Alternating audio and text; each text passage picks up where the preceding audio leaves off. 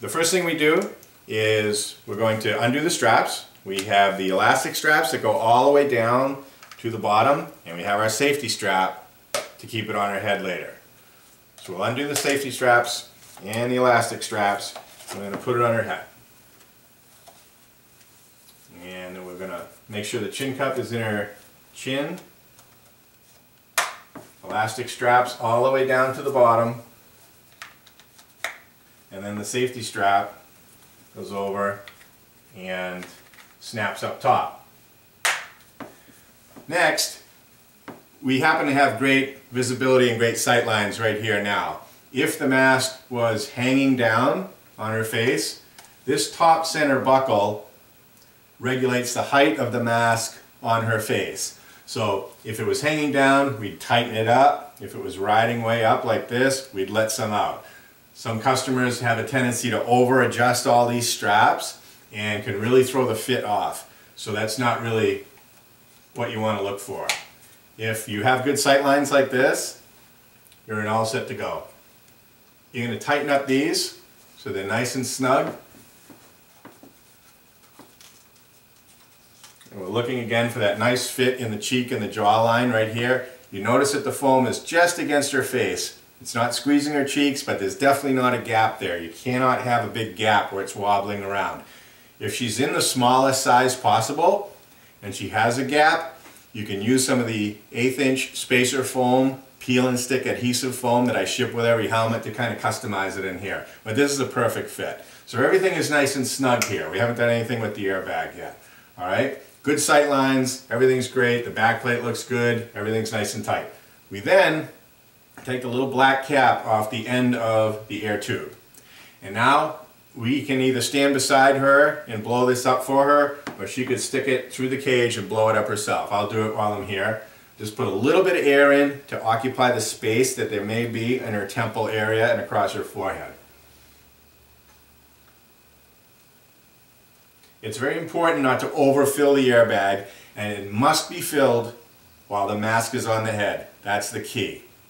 And if we put it in and it's a little too snug, we can micro manage this, pinch the tube, take the cap off, just let a tiny bit of air out at once, just a little bit, just like that, until they say it's great. Now, again, this is not a protection device. This is a fitting device that actually turns into a protection device by making a proper fit. Any helmet needs to fit snug everywhere, all the way around the face. As the keepers get to a higher level, it must fit tight, tight, tight.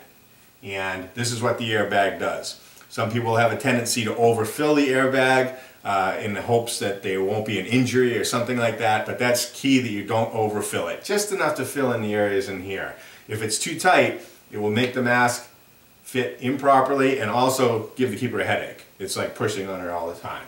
All right, so now everything's good, and we're going to look up at the ceiling. We can see that it's a nice fit in here, and this adjustment over here is the chin cup adjustment, the one up top here. And if it were loose on her chin, I could adjust it tighter. If it was pushing against her chin, making the mask ride back, I would loosen it up.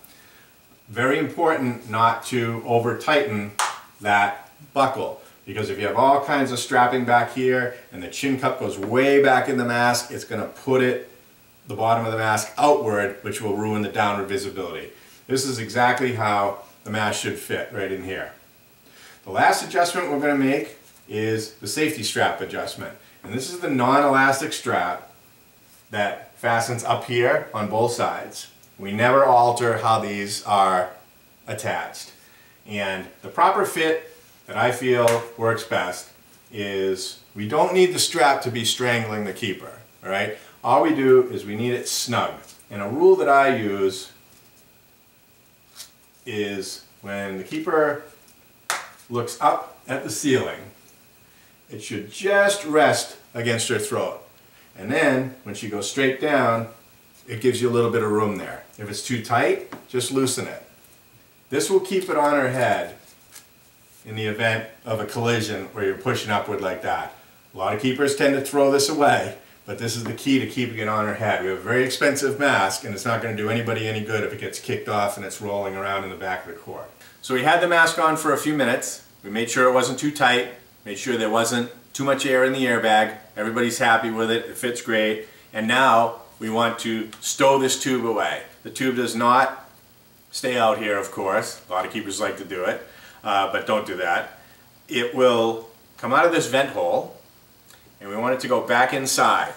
For demonstration purposes, I've taken the back plate off of this mask. You don't have to do that. Okay? So we're going to pull the tube back in, and this is a one-time procedure. You don't have to do this every time you play, just the one time. We've pulled it back in, and there are two things to pay attention to inside the mask. One is this little slot in the foam right here, and the other is this non-elastic vinyl strap right over here next to the sweatband. So what we'll do is we'll put it through that slot first, step one. Now you've got a little excess here. We're going to put it underneath the little strap and push it down in.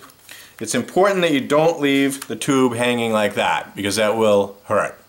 So we want to stow everything away properly. Once in the slot, down in here, and that would be the finished product. And again, you don't have to take the back plate off to do it, but you can see exactly how it goes. And again, every time you put this on, it'll fit exactly the same way. The little dispersion discs in the airbag move the air from side to side, and it's a custom fit every time you put it on.